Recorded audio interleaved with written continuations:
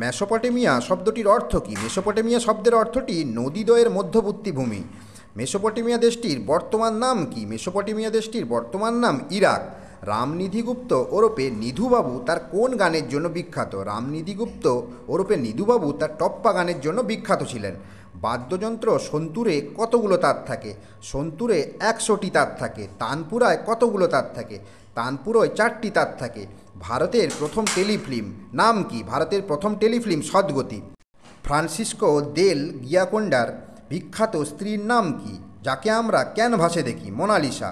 Piano কোন দেশে আবিষ্কৃত হয়? পিয়ানো আবিষ্কৃত হয় ইতালিতে।